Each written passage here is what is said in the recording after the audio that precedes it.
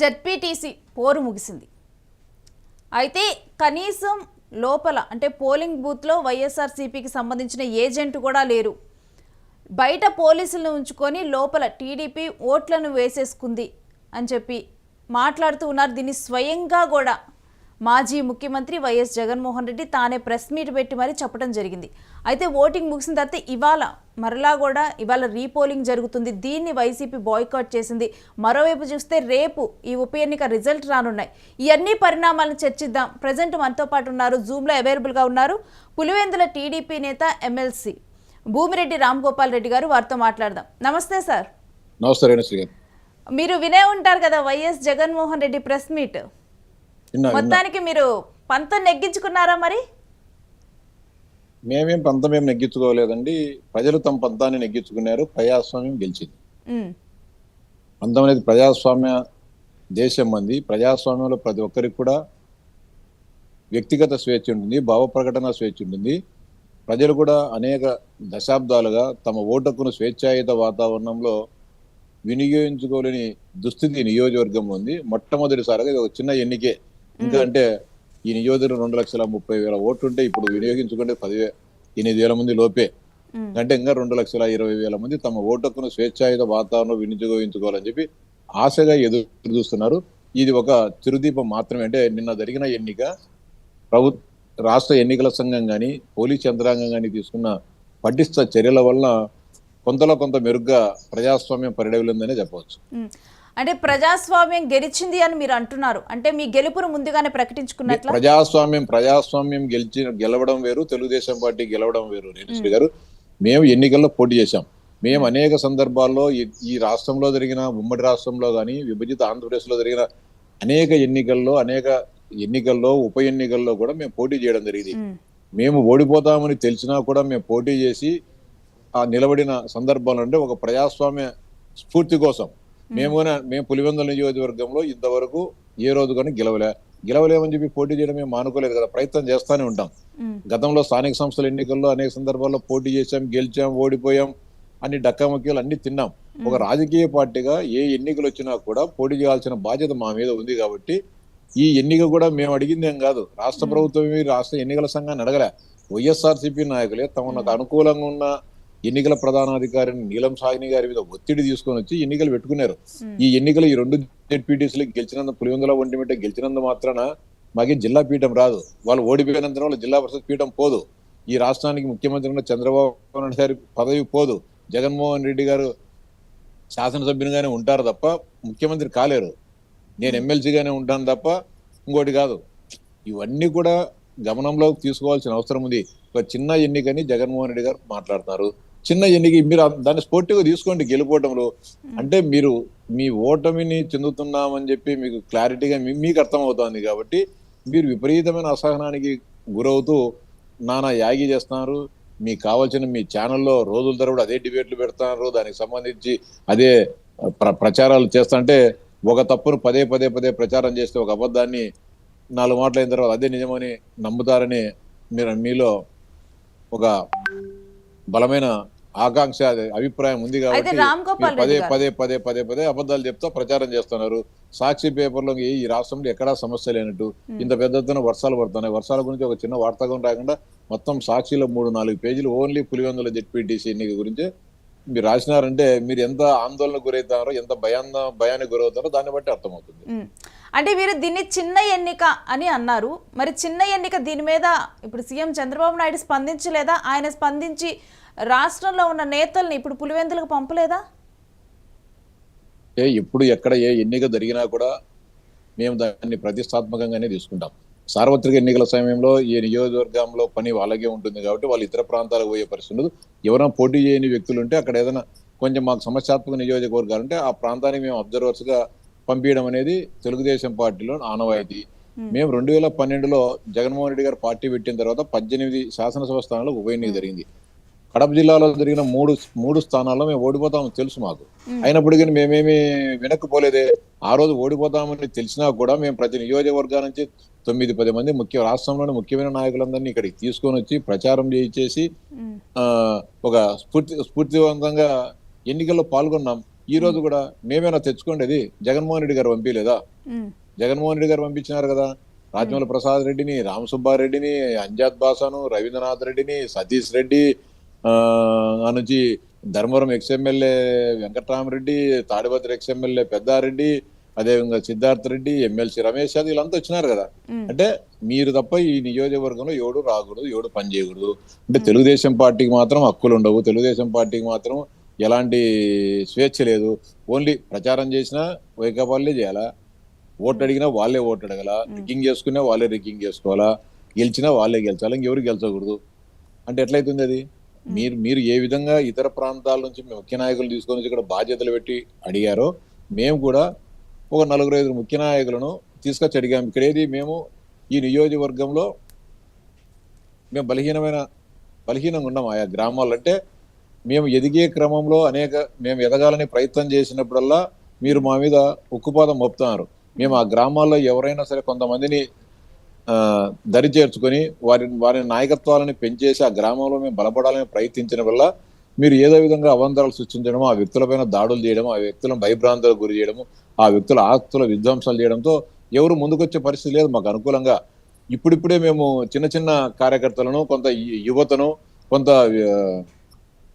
ఆదర్శ భావాలు, విప్లవ భావాలు ఉన్న కొంత యువతను మేము ఎంపిక చేసుకొని వాళ్ళందరినీ కూడా చిన్న చిన్నగా 4 కుటుంబాలు, 5 కుటుంబాలను ఆయా గ్రామాల్లో మేము రెడీ చేసుకోవడం జరిగింది. అంటే ఓట్లు వేసేదానికి మాకు ప్రజలు సిద్ధంగా ఉన్నారు, కానీ నాయకత్వం వహించేదానికి మీ కబంధస్తాల నుంచి, మీ ఉక్కు పాదాల నుంచి బయటికి వచ్చి రాజకీయం చేయాలంటే ఇబ్బందికరమైన పరిస్థితులు ఈ నియోజకవర్గంలో ఉన్నాయి కాబట్టి లేదు. అట్లాంటప్పుడు మా వాళ్ళకు మోరల్గా సపోర్ట్ గల ఆ గ్రామంలో ప్రచారం చేయాలంటే నాయకులు మాకు తక్కువగా ఉన్నారు కాబట్టి బయటి ప్రాంతాల నుంచి కొంతమందిని ముఖ్యమైన నాయకులు ఈ ప్రాంతాల్లో ప్రచారం చేసేదానికి పార్టీ పంపించిన తప్పే ఉంది. అంటే వాళ్ళు వచ్చి ప్రచారం చేస్తే వాళ్ళు ఇంత బలమైన 75% బలం, 75% నాయకత్వం, ఓటర్లు కాదు, 75% మాకు ఆ గ్రామంలో 10-15 మంది ఇంపార్టెంట్ నాయకులు ఉంటే 10-12 మంది వాళ్ళ పక్క ఉంటారు, మాకు 2-3 ఉన్నారు. బలమైన నాయకత్వం మీకే ఉంది, ఓటర్లలో మాకు బలం ఉండొచ్చు, కానీ నాయకత్వం మీకే ఎక్కువ ఉంది కదా. కాబట్టి అవన్నీ కూడా మేము సరిదిద్దుకోవాలి. కాబట్టి ఆ ప్రాంతంలో మా సంక్షేమ అభివృద్ధి కార్యక్రమాలు తెలుగుదేశం పార్టీ ఇంతకుముందు ఏం చేసింది, ఇప్పుడు ఏం చేస్తుంది, భవిష్యత్తులో ఏం చేయబోతుంది అనేది మేము విస్తృతంగా ప్రచారం చేసుకోవాలా. మేమేదో అక్రమాలు లేకుంటే దౌర్జన్యాలు పాల్పడాలంటే ఒక్కొక్క ఓటర్ను 5 నుంచి 10 మాటలు అడిగింటాం. మినిమం 5 మాటలు, మ్యాక్సిమం 10 సార్లు మేము ఒక్కొక్క ఓటరు ఇంటి తలుపు తట్టి వారి ఇంటి దగ్గర కూర్చొని వారి క్షేమ సమాచారాలు తెలుసుకొని మా పార్టీ విధానాలు తెలియజెప్పి వారి కష్ట సుఖాలు, వాళ్ళకి ఏదైనా సమస్యలు ఉంటే వాళ్ళని పరిష్కరించి చేయడం జరిగింది. దాంట్లో రాజకీయాల్లో తప్పేముంది? అయితే ఆ ప్రాంతంలో వీక్గా ఉన్నామని చెప్పి మీరు అన్నప్పుడు కూడా మీరు అన్నారు, అంటే ఏం చేసినా వాళ్ళే చేయాలా, రిగ్గింగ్ చేసినా వాళ్ళే చేయాలా అని చెప్పి మీరు అన్నారు. ఆల్రెడీ కూడా రిగ్గింగ్ జరిగిందని కూడా ఇప్పుడు వైసీపీ నుంచి ఆరోపణలు వచ్చాయి. ఓట్ల రీసైక్లింగ్ జరిగింది, బయట పోలీసుల నుంచి లోపల టీడీపీ నేతలు, ఒక వైసీపీ ఏజెంట్ కూడా లోపల లేకుండా రిగ్గింగ్ జరిగింది అనే ఆరోపణల మీద మీరేమంటారు? మీరే చెప్తున్నారా ఇన్ని ఆరోపణలు అని చెప్పి?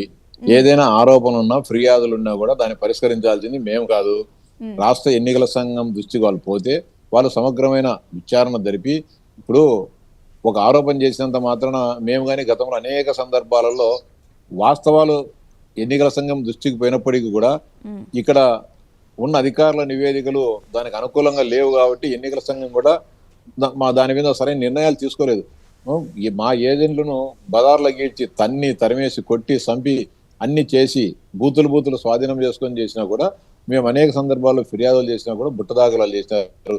ఈ రోజు ఒక మంచి అధికార యంత్రాంగం ఉంది కాబట్టి, నిజాయితీపరమైన అధికారులు ఉన్నారు కాబట్టి చిన్న సంఘటనలు ఏదో చిన్న టెక్నికల్ ల్యాప్సెస్ ఉన్నాయని భావించి ఈ రోజు 2 పోలింగ్ కేంద్రాలు ఉప ఎన్నికలు తీసుకొని రావడం జరిగింది.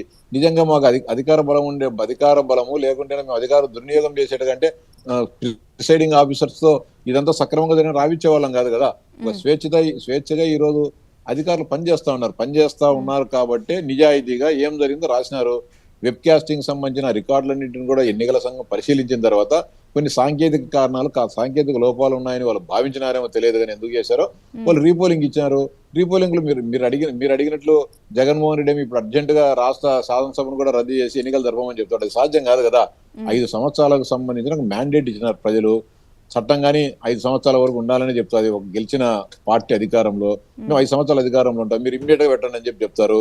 ఇంకా ఆయన చెప్తున్నాడు కేంద్ర భద్రతా బలగాలను తీసుకొని రావాలని చెప్పి. 2020లో స్థానిక సంస్థల ఎన్నికలు జరిగినాయి. మీరు కేంద్ర భద్రతా బలగాలను తీసుకొచ్చి జరిపినారా? స్థానిక పోలీసులతోనే కదా జరిపింది. ఉమ్, అంటే మీరు అధికారంలో ఉండేటప్పుడు ఒక మాట, అధికారం లేకపోతే ఇంకొక మాట మాట్లాడతారు. 2020లో మీరు ఇట్నే చేసినారు నామినేషన్లు. ఈ రోజు 11 మంది పోటీ చేసినారు. పోటీ చేస్తున్నారంటే ఏమని అర్థం? బాధ్యతగా అధికార యంత్రాంగం పనిచేసింటేనే కదా. పోలీసు అధికారులు మిమ్మల్ని ఆ రోజు నిజంగా దుర్వినియోగం చేసే పరిస్థితి ఉంటే మిమ్మల్ని ఎక్కడో చోట ఆపేసి మీ మీద దాడులు చేసి అక్రమ కేసులు పెట్టి తీసుకొని పోయింది కదా. మీ పద్ధతులు మేము కానీ అవలంబించింటే ఇక్కడ కానీ ఒంటిమిట్టలో కానీ 11 మంది పోటీలు ఉన్నారు. పోటీలు ఉన్నారంటే ఏమని అర్థం? స్వేచ్ఛగా వాళ్ళు నామినేషన్లు వేశారు, స్వేచ్ఛగా ప్రసారం చేసుకోవడం రామ్ జరిగింది. ఇంట్లో గోపాల్ రెడ్డి గారు, ఉమ్. 11 మీద మీకు ప్రేమ కూడా బాగా పెరిగినట్లుంది. 11ను పదే చెప్తున్నారు. అంటే 11 నామినేషన్లే యాక్సెప్ట్ చేయటం వెనక ఒక ప్లాన్ ఉందని అంటున్నారు, నిజమేనా? దాంట్లో ప్లాన్ ఏమి ఉండదండి. 11 నెంబరే రావాలని చెప్పి 11. కాదండి. 11 నెంబర్ అనేది విత్డ్రా చేసుకునే వాళ్ళని బట్టి ఉంటుంది. వేసినదే 11 మంది వేశారు. 12 మంది వేసేట్టున్నారు. ఒకరేమో విత్డ్రా చేసుకునేట్టున్నారు. కాంగ్రెస్ పార్టీ డమ్మీ అభ్యర్థి 11 అన్నారు. ఒంటిమిట్టలో 24 మంది వేశారు. 11 మంది అన్ని పార్టీలకు సంబంధించిన వాళ్ళు ఉన్నారు. వాళ్ళు విత్డ్రా కావాల్సింది తప్పేముంది? వైకాపా తరపున 6 మంది అభ్యర్థులు ఉన్నారు. ఒకరికి విత్డ్రా అయితే 10 అవుతుంది కదా. కాబట్టి మీకు అది నెంబర్ అంటే అది న్యూమరాల్ గా వస్తుంది. అది ప్రకృతి సిద్ధం. అది మీరు ఏదైతే కోరుకొని 11 వచ్చినాయో అదే ప్రకృతి కానీ అదే విధంగా అది ఎవరికి సంబంధం లేకోకుండా 11 అనేది వస్తానట్లుంది. మీరు కానీ మంచి పాయింటే చెప్పారు. ఇందాక మాకు గుర్తులేదు. ఓకే. అండ్ మీరు రీపోలింగ్ ఇప్పుడు బాయ్కాట్ చేయడం జరిగింది వైసీపీ. మరి రేపు కౌంటింగ్ అయినా వాళ్ళు వస్తారా? రేపటి కథ చూడాలంటే పోరేమో. కౌంటింగ్ అంటే ఈ ఎలక్షన్ బాయ్కాట్ చేసినప్పుడు కౌంటింగ్ అని పోకపోవచ్చునేమో.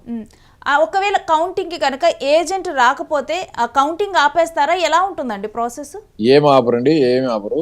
ప్రక్రియ మాత్రము ఎవరు వచ్చినా ఎవరు పోకపోయినా కూడా అందులో వీడియో షూటింగ్ అని ఉంటుంది కాబట్టి ఎక్కడ కూడా ఏ చిన్న పొరపాటు లేకుండా జరగడం జరుగుతుంది. ఏ పార్టీ అధికారంలో ఉన్నా కూడా అక్కడ ఎలాంటి తప్పిదాలు జరిగే ఎన్నికల కౌంటింగ్ లో తప్పిదాలు జరిగే అవకాశం అయితే ఉండదు. చాలా మంది ఉన్నారు కదా. ఇప్పుడు అతను కాబట్టి కాంగ్రెస్ పార్టీ వాళ్ళు ఉన్నారు, కొంతమంది ఇండిపెండెంట్ ఉన్నారు. వాళ్ళంతా పోతారు కదా కౌంటింగ్ కు. వైకాపా వాళ్ళు పోయిన వైకాపా ఉంటుంది ఒక అభ్యర్థి, మిగతా 10 మంది కానీ పోతారు కదా కౌంటింగ్ కు. కాబట్టి ఆ సమస్య ఉత్పన్నం కాకపోవచ్చు. అయితే ఇప్పుడు స్వేచ్ఛగా కూడా ఓటు హక్కును వినియోగించుకున్నారు అక్కడ జనాలు అని చెబుతూ ఉన్నారు. అయితే గతంలో టీడీపీ 22 సంవత్సరాలు అక్కడ టీడీపీ అధికారంలో ఉన్నప్పుడు ఎప్పుడు కూడా స్వేచ్ఛగా ఎన్నికలు అక్కడ జరపలేకపోయిందా? జరపలేకపోయామండి. వాస్తవమే ఇది. కానీ మేము వాస్తవం ఒప్పుకోవాలా. 2014లో జరిగిన ఎన్నికలప్పుడు కాంగ్రెస్ పార్టీ అధికారంలో ఉంది. అప్పుడు కూడా స్వేచ్ఛగా ఎన్నికలు జరిగిన పరిస్థితి లేదు.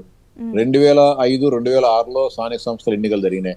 ఆ రోజు కూడా చాలా ఇబ్బందులు పడడం జరిగింది. చాలా పోలీసు వేధింపులకు గురి కావడం జరిగింది. అన్యాయంగా మా అందరి మీద హత్య కేసులు పెట్టడం జరిగింది. మా ఆస్తులను విధ్వంసం చేయడం జరిగింది. మేమంతా జైలు పాలు కావడం జరిగింది. ఈ రోజు కూడా దాని ప్రతిఫలాలు ఈ రోజు కూడా మేము అనుభవిస్తూ ఉన్నాం. ఈ రోజు కూడా ఆ రోజు ఆ సహకార సంఘ ఎన్నికల్లో పెట్టిన 2005వ సంవత్సరంలో పెట్టిన కేసులు ఈ రోజు కూడా మా వెంటాడుతున్న ఈ రోజు కానీ రోజు నెలకు 2 మార్లు మేము కోర్టుకు తిరగాల్సి వస్తుంది. అప్పుడు ఈ వైఎస్ కుటుంబం చేసిన దుర్మార్గాల వలన ఆ బాధలు ఈ రోజు కానీ మేము పడతానే ఉన్నాం. ఎంత మేము సజీవ సాక్ష్యం ఇది. అయితే 1985, 1995, 2001 ఆ టైంలో కూడా ఎన్నికలు జరిగాయి కదా. 1987లో మొట్టమొదటిసారిగా మండల వ్యవస్థ వచ్చింది. మండల వ్యవస్థ వచ్చినప్పుడు ఎన్నికలు జరిగినాయి. కానీ ఆ ఎన్నికల్లో మేము గెలవలేదు. అంటే పోటీ చేస్తున్నాం. పోటీ చేస్తున్నప్పటికీ కూడా గ్రామాలలో మాకు సంబంధించిన పనిచేసే కార్యకర్తలను నిర్వీర్యం చేస్తున్నందువల్ల, ఎవరు మాకు అనుకూలంగా పనిచేసే వాళ్ళు ఎవరు లేనందువల్ల ఎన్నికలు మేము పోటీ చేసినా కూడా నా మాత్రమైన వ్యవహారం ఉంటుంది.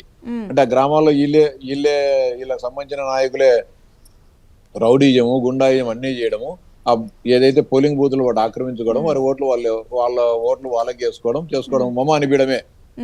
వాళ్ళు ఇప్పుడు వాళ్ళ ఆక్రోశం ఆవేదనేది గతంలో మాదిరి పోలింగ్ కేంద్రాలన్నీ కూడా మా వశం కాలేదు. మేమే ఈవీఎంలలో ఒత్తుకుంటాను, బ్యాలెట్ పేపర్ అయితే స్వస్తి గుర్తేస్తా అంటే ఈ సువర్ణావకాశం మాకు రాకుండా పోయిందని చెప్పేసి, మా చేతికి పని లేకుండా పోయిందని చెప్పేసి ఒక బాధ ఆక్రోశంతో మాట్లాడుతున్న మాటలు తప్ప ఇంకోటేం కాదు. ఇప్పుడు 10,000 చిన్న ఎలక్షన్ మీకు చిన్న ఎలక్షన్ లోకల్ గా ఎవరు కూడా ప్రచారం చేసేవాళ్ళు కానీ సపోర్ట్ చేసేవాళ్ళు కానీ లేనని అంటున్నారు. అందుకే ఈసారి నుంచి బయట నుంచి తెచ్చుకున్నారా? ఎందుకంటే బయట నుంచి తెచ్చుకొని విధ్వంసం సృష్టిస్తున్నారని కూడా అన్నారు. ఈసారి మేడం మాట్లాడడానికి నోరుందని చెప్పి నేలకు ఎముకలేని నేలకు ఏమైనా మాట్లాడుతుంది. ఈడ యుద్ధం చేసే పరిస్థితి ఉందే? ఎవరైనా జగన్మోహన్ రెడ్డి లాంటి శాసనసభ్యుడున్న అంత పెద్ద మహానాయకుడున్న నియోజకవర్గంలో అధికారంలో ఉన్న పార్టీ విధ్వంసం చేసే పరిస్థితి ఉంటుందే? ఆయన నైజం తెలిసి ఎవరైనా విధ్వంసం చేయాలని, దౌర్జన్యం చేయాలని ఆలోచన ఎవరికైనా నిద్రలో కానీ రాదు కదా, కళలో కానీ రాదు కదా. జగన్మోహన్ రెడ్డిని వ్యతిరేకంగా దౌర్జన్యం చేయాలని ఆలోచన ఎందుకు వస్తుంది? రాదు. ఊరికి ఇవన్నీ కూడా మాట్లాడేదానికి బాగుంటాయి. ఆయన ఏదో విధంగా దీన్ని ప్రజలలో ఒక దుష్ప్రచారాన్ని, అంటే పదే పదే పదే అబద్ధాలు చెప్తే అది వాస్తవం అవుతుందని చెప్పేసి రాష్ట్ర ప్రజలకు పదే పదే పదే పదే పదే పోలీసు దుర్వినియోగం ఎన్ని గురించి మాట్లాడతాడు. ఇప్పుడు మీ ప్రభుత్వ హయాంలో ఉన్న పోలీసులే కదా ఈ రోజు కానీ కొత్తగా మేమేమైనా ఫ్యాక్టరీలు తయారు చేసినామా పోలీసు వాళ్ళను? లేకుంటే మా కార్యకర్తలకు అందరికీ ఏమైనా ఉద్యోగాలు ఇచ్చి యూనిఫామ్ వేసి పంపించినాము? లేదు కదా. మీ ప్రభుత్వ హయాంలో అదే పోలీసులు పనిచేసినారు, ఈ ప్రభుత్వ హయాంలో కానీ పోలీసులు పనిచేసినారు. మీరు ఏదైతే చేసి ఇప్పుడు కాలచక్రం గొప్పది రేణుశ్రీ గారు, ప్రకృతి కానీ గొప్పదే. మీరు గతంలో అయితే పూర్వకాలం ఏమన్నా ఎవరైనా తప్పు చేస్తే వాళ్ళ పిల్లలకు, వాళ్ళ మునిమన్న వాళ్ళకు అనుభవిస్తారని చెప్తున్నారు. ఇది కలియుగం, కంప్యూటర్ యుగం వచ్చింది. మనం ఏం తప్పు చేస్తే అది ఖచ్చితంగా వేరే వాళ్ళు అనుభవించేదానికి ఏముండదు, మనమే అనుభవించాల్సిందే. ఈ జన్మలోనే అనుభవించాలా. మనం ఏదైతే తప్పులు చేశామో, ఘోరాలు నేరాలు చేశామో అవన్నీ కూడా మనకు చుట్టుకొని వస్తుంటాయి అన్ని. ఇప్పుడు ప్రకృతి గొప్పది, దేవుడు గొప్పవాడు. ఇవన్నీ కూడా ఈ జన్మలోనే మనం అనుభవించాల్సిందే అన్ని మొత్తం. కాబట్టి జగన్మోహన్ రెడ్డి గారి కుటుంబము కానీ, జగన్మోహన్ రెడ్డి గారు కానీ తప్పులు చేస్తే అనుభవించాల్సిందే. నేను తప్పు చేసినా, దుర్మార్గాలు చేసినా నేను ఈ జన్మలో అనుభవించాలా. మీరు తప్పులు చేసినా, మీరు నేరాలు ఘోరాలు చేసినా కూడా మీరు ఈ జన్మలో అనుభవించాల్సిందే. కాబట్టి కాలచక్రం వాన ప్రకారము ఖచ్చితంగా అందరం కూడా చేసిన తప్పులు ఇదే జన్మలోనే ఖచ్చితంగా శిక్ష అనుభవించాల్సి ఉంటుంది.